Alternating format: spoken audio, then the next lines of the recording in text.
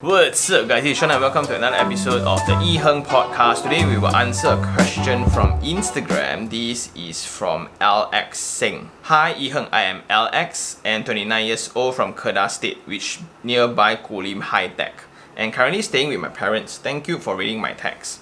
Maybe Kulim area not so famous and housing project just for own stay mostly.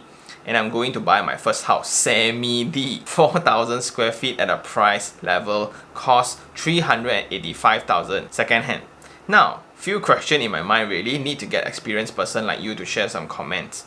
First, between MRTA and MLTA, should I take MRTA because it is rather lower, to an extent 9 times cheaper than MLTA? The different prices in between these two I can use to create a free cash flow to invest in another low cost apartment at Penang mainland area. Currently I'm working at that area also. I think most people choose MLTA just because it can provide cashback at the end. But how about the savings between MRTA and MLTA that I can utilize to invest in others like properties or REITs that can create more returns at the end? Secondly, I only have 30,000 budget for minimum renovation. Is it enough for only living, dining, kitchen area and 3 bedrooms? Add-on info: single story with built up 1003, done at mid 2019, all paint and color well maintained with grill, fan and light. Third of all, bank valuation, price is 430,000, seller open 400,000 and after negotiation deal done at 385,000. Can I consider me buying under value? Again, thanks for your help. So first of all, thank you very much LX, all the way from Kulim, right? Wow,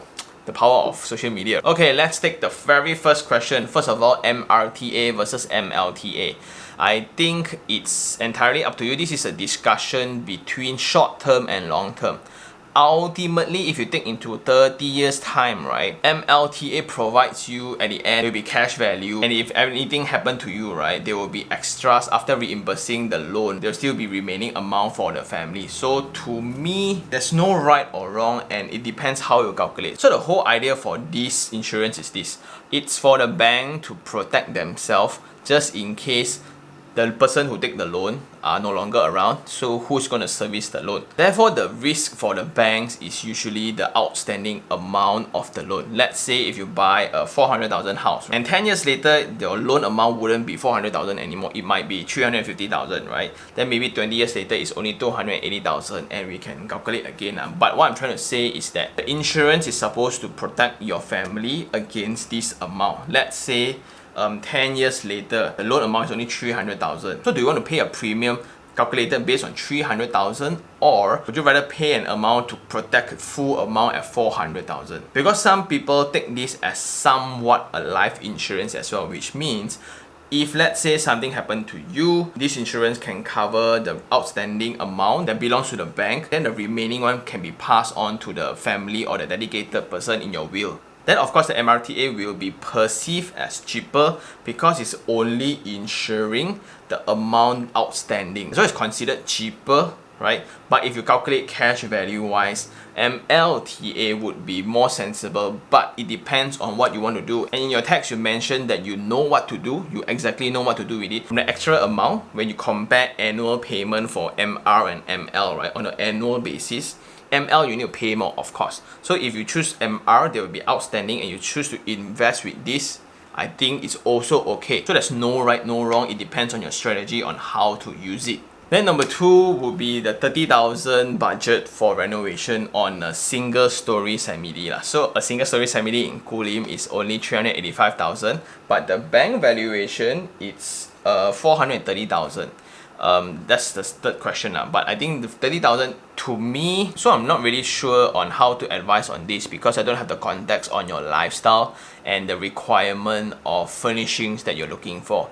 Like if you were to engage a ID designer or you want to do it yourself, I think that will be a very different answer to whether 30,000 is sufficient or not. But I would suggest to look at functionality first, like everything needs to be done up right first, like plumbing needs to be okay, safety of the house needs to be okay, aircon points, lighting points, electrical sockets, everything needs to be functioning correctly, water point in, water outlets, floor traps, all needs to be functioning. Whether that tracks, defects or whatsoever, fix up everything, all that first, right? Again, it depends on what you want. You want to be really detailed, your house needs to be perfect. then 30,000 not enough lah. But if you want just like livable, then still okay lah. And last of all, the bank value is 430,000, but the seller is willing to sell to you at 385,000. I think definitely, yes, you are buying below market value, and this market value may be very different in every person's eye, right? Maybe the bank sees that it's 430,000, but the market price, which means that no buyers are willing to buy that area more than 400,000.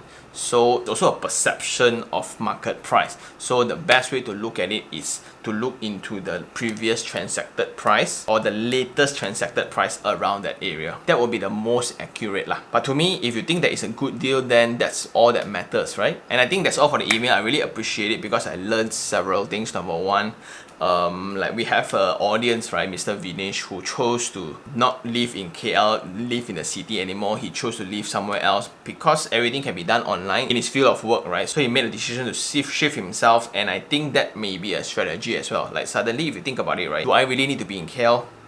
No, I can travel. So every time there's a property review, right, I can just come down from Seremban or from Ipoh. One day trip is cheaper, right? That's something to think about also.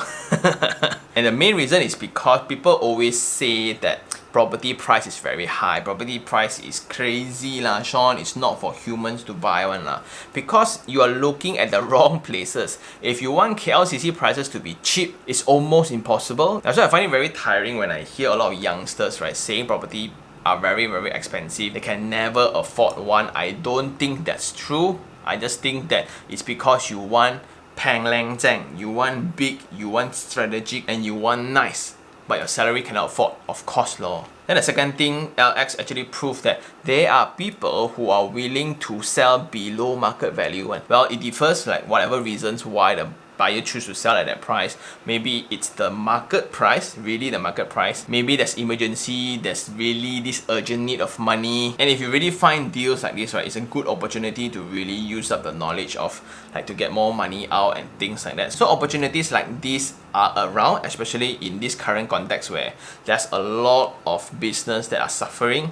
Unfortunately, that also becomes an opportunity for investors to look for very, very good deal, especially for homes. Like if you're looking for a home, you have savings and you have been looking around for a very, very long time, right? I guess these are the moments that you can really put in some effort and look around. Subsale especially. The negotiation power on the buyer side is just very, very strong. And with that, thank you very much, LX, again for the email. And for those who are watching, if you have any more questions regarding real estate, do just email me at taniherng@gmail.com, or you can just DM me on Instagram, iherng, and I'll see you on the next one. Ciao.